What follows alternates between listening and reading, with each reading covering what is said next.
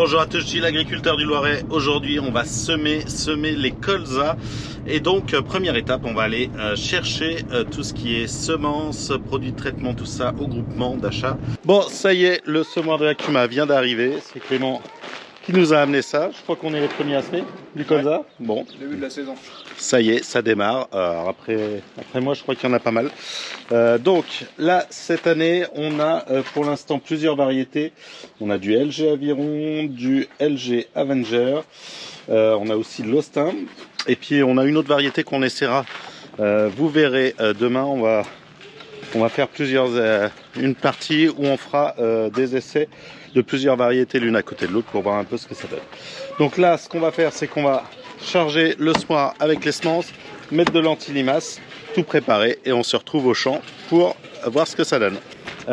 On a mis un sac d'anti-limace en rab ici.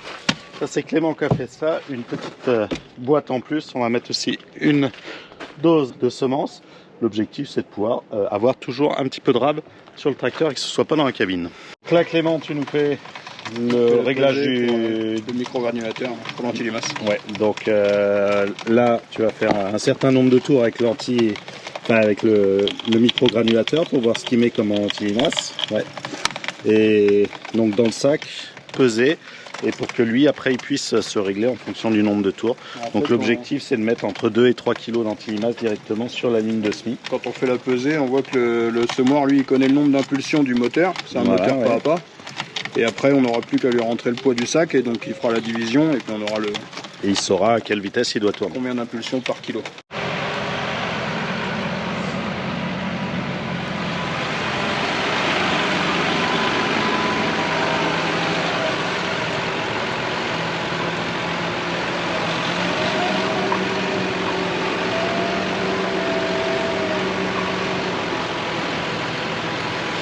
Donc nous voici arrivés dans la parcelle. Alors c'est une parcelle qu'on a travaillée il y a maintenant 2-3 jours. Vous pouvez aller voir là les vidéos sur la préparation du colza. Cette parcelle, en fait, on l'a préparée avec un coup de fissurateur, un coup de disque sur le dessus pour affiner et on a refermé au rouleau pour essayer de garder la fraîcheur. Et donc là, on va voir ce que ça donne en termes de fraîcheur. Je pense que ça va être pas mal avec le dernier petit travail de sol du semoir sur la ligne. Ça devrait suffire à faire un bon lit de semis, je pense. Allez, on va finir de régler les dernières petites choses, les profondeurs, bien sûr la soufflerie, après régler pour que ça mette bien le bon nombre de grains, et puis ça va être bon. Bon, alors au niveau de la profondeur, j'avais fait 3 réglages différents. Le premier, ils sont un peu trop en surface. Un cran en dessous, on les a là, ils sont juste à la fraîcheur. Et le deuxième cran, ils sont bien dans la fraîcheur là. Donc on va les mettre un peu plus creux pour être sûr de trouver la fraîcheur et qu'ils puissent lever même s'il pleut pas.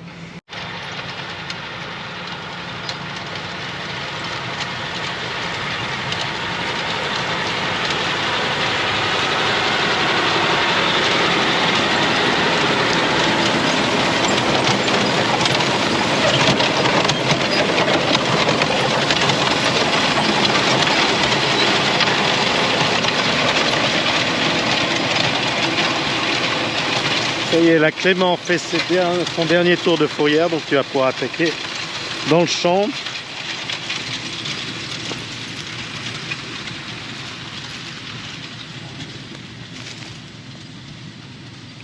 On est toujours dans le frais, hein. J'ai bon espoir que ça suffise pour pouvoir faire lever ces grains de colza. On est même un peu profond, mais bon, le colza, surtout avec ces nouvelles variétés, il arrive à s'arracher avec ces variétés hybrides. Je pense que ça devrait le faire largement. Allez, moi je vais continuer à préparer les terres. On va laisser Clément semer toute cette partie-là. Bon, alors nous voici arrivés dans la deuxième parcelle. Donc là, on est en train de faire les premiers essais de variétés. Donc on fait des bandes de 4 passages, donc ça veut dire de 24 mètres. Et on remettra les passages de traitement. Donc le 5e passage, on le mettra dans la variété du champ. Donc là, ce matin, on avait fait un passage avec de l'aviron. si je me trompe pas. Là on a l'Austin. C'est ça. Et après on mettra l'Adapt où on n'a qu'un sac et le reste de la parcelle on le fera en Avenger. Donc il y aura un passage aussi en Avenger. Donc aujourd'hui l'objectif c'est de faire ces 4 essais des grandes bandes d'agriculteurs. C'est juste pour se rendre compte voilà, dans mes terres quelle variété ressortira le mieux pour pouvoir se rendre un petit peu compte et puis poursuivre un petit peu entre les variétés qui fleurissent plus tôt, un peu plus tard, quelles sont les incidences avec les insectes, voir aussi la variété Adapt par rapport aux 3 autres variétés qui sont un peu plus tolérantes altises. Est-ce qu'il y a vraiment un écart au niveau des altises? Enfin bon, il y aura tout ça à voir. Donc là, voici nos 2 graines. Je ne sais pas si vous arrivez à les voir, elles sont minuscules. Donc là, il y en a une qui est là, l'autre là. Donc on est allé 3 petits centimètres de profondeur, je pense.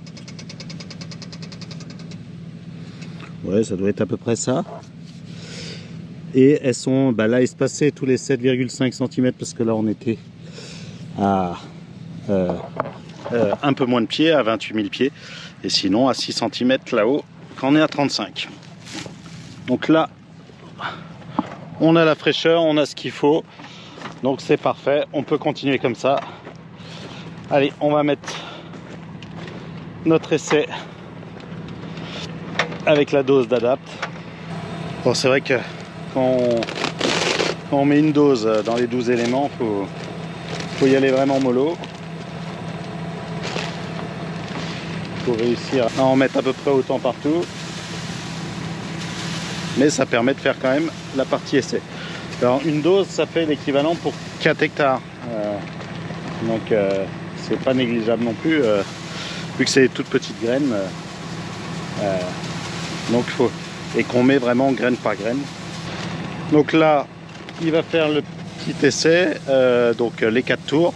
Et puis après, on mettra le reste dans la fourrière. Et une fois qu'on sera passé, une fois que le semoir sonnera, on repassera avec l'autre variété. Et là, on mettra sur la totalité du champ.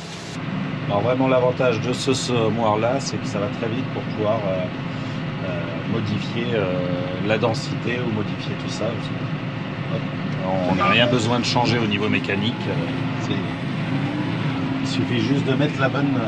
10 secondes, c'est changé. Voilà, en 10 secondes c'est changé, donc on peut s'amuser à faire ces petits essais. Donc là on est toujours à 350 000 grains. On fait 2 passés à 350 000 grains. Et les 2 autres passés, on va les faire à 280 000.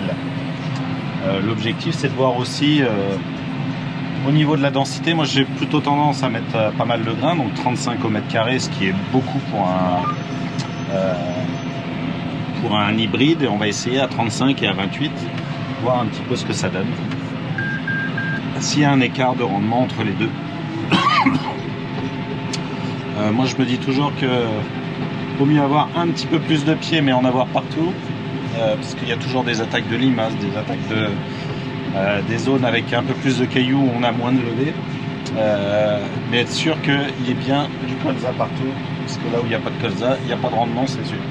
Bon, alors là on arrive dans le dernier champ à semer, mon champ en semi-direct depuis 7-8 ans. Donc l'objectif ça va être d'essayer de voir si ce semoir là peut faire du semi-direct, vraiment direct, puisque là le chaume n'est pas du tout travaillé. Donc l'objectif ça va être de voir ça. Donc je suis pas sûr que les conditions soient réunies, parce que là c'est quand même un petit peu sec, donc on va voir ce que ça va donner. Bon là on sent vraiment, c'est assez dur. Bon, on va voir si le semoir rentre.